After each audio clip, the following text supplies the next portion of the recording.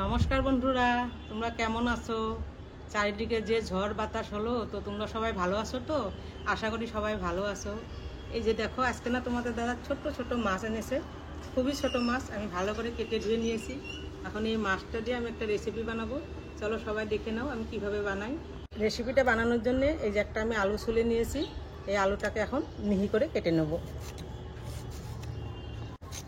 এইভাবে লম্বা লম্বা করে খুব মিহি করে আমি আলুটা কেটে নেব।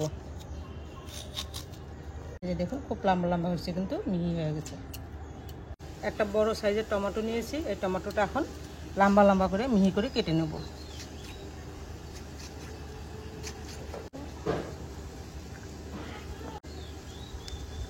কাঁচা লঙ্কা ধুয়ে নিয়েছি। কাঁচা লঙ্কাগুলি এখন চিড়ে নেব।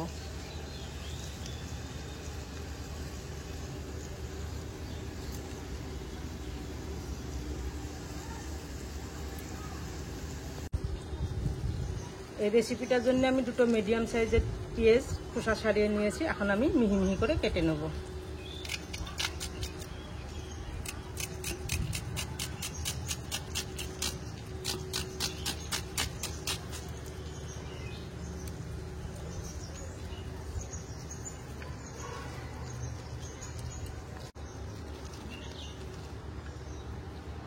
আমি এখানে দিয়ে দেবো ধনে জিরে বাটা, আর সঙ্গে আছে অল্প আদা বাটা, আর অল্প পরিমাণে দিব আমি শুকনো লঙ্কার গুঁড়ো, কারণ কাঁচামরিচ কিন্তু আমি অনেক দিয়েছি।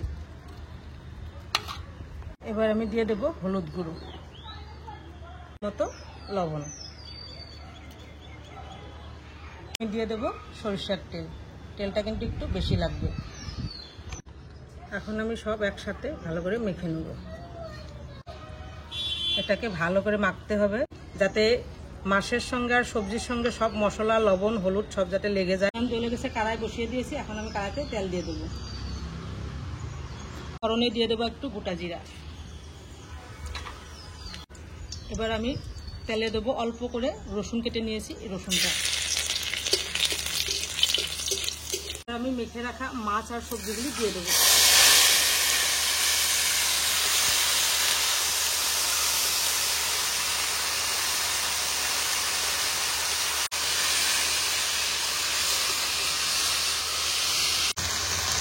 আমি এখানে একটু করে নাড়াচাড়া করবো, খুব আস্তে করে নাড়াচাড়া করবো, যাতে মাছগুলি ভেঙে না যায়।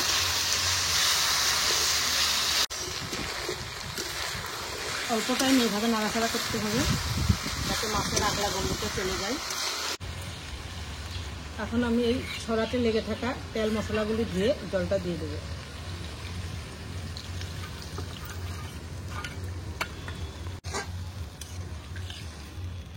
এটা যখন হয় আর কি ফোটে যখন, তখন কিন্তু হাতাখুন্তি কিছু লাগিয়ে নাড়াচাড়া করা যাবে না, যেহেতু মাছটা কিন্তু কাঁচা, শুধু নুনের জালি পাততে হবে।